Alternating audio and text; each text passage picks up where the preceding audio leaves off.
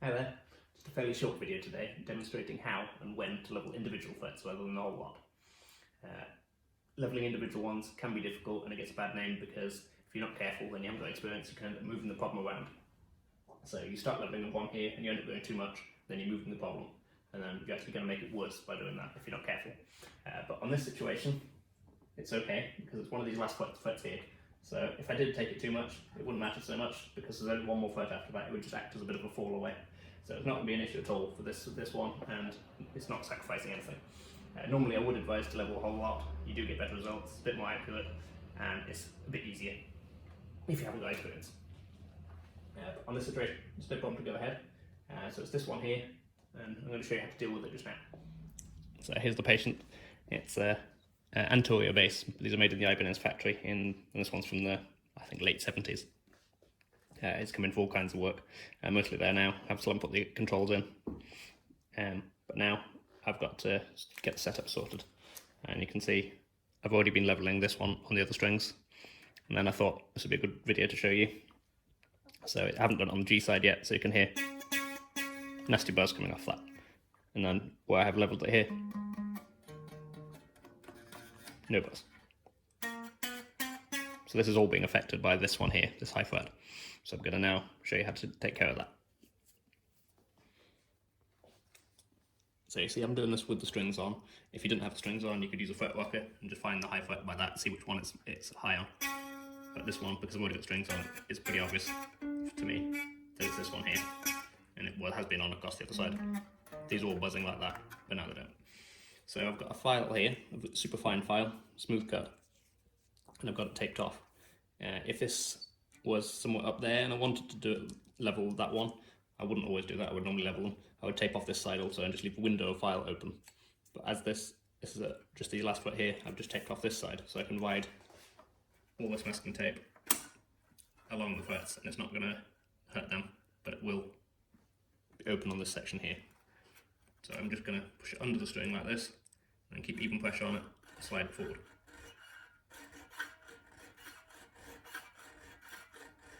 And it comes with experience to know how much to do this. So what you can do is keep checking, see if that's any better. Not yet.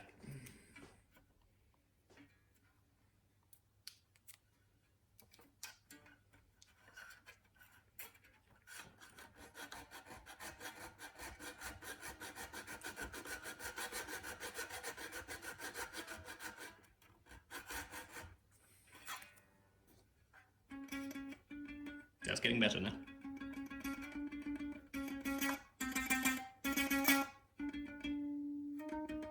A little bit more, we'll be there.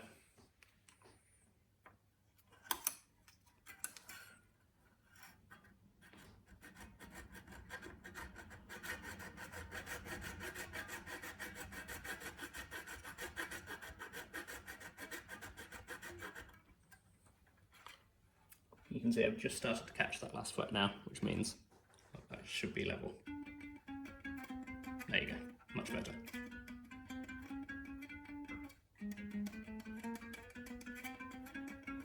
That's it, that's now level. So now we need to put a crown back on top of this and then polish it up. Now I know what you might be thinking. You might be thinking that file's got masking tape on it, so it's going to be higher at one end than the other, and you're not going to get a level surface. And you can see that here with the straight edge. You can see a little tiny gap going under there, which is just the thickness of this paper here. But what's happening is the file, when I'm using it, the file is actually flexing. So I can push and apply pressure where I want it while we're still protecting this end. So this is a plain sole here, nice big long flat surface, so I can be sure it's 100% flat because it's plain.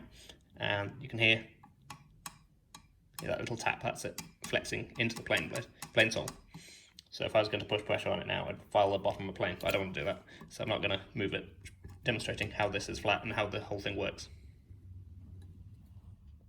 Here's a close-up of what we've just been doing.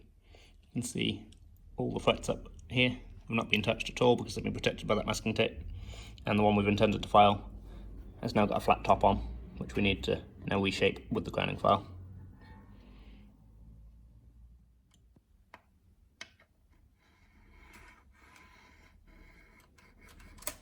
can see I've just marked the top off with a red marker,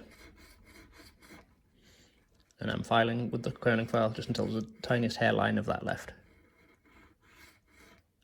Something like that. I'll show you a close up in a minute.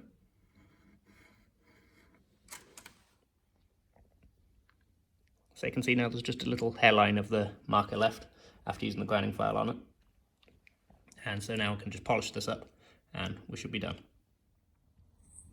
So I'm just going to use one of these little guards to stop me sanding the fretboard, and I'm going to start with 600 and then go up to about 2000 and then polish it if it needs it. So there we go, it's all polished up now, and you'd never know which one had actually been levelled because it's got the same sheen as the others and haven't left any flat spots or anything like that. So you'd never know. There we go, much better now, it's all set up and it's allowed me to get the action about another ½ mm or more lower than it was before without any buzz, whereas before it was buzzing even at that higher action.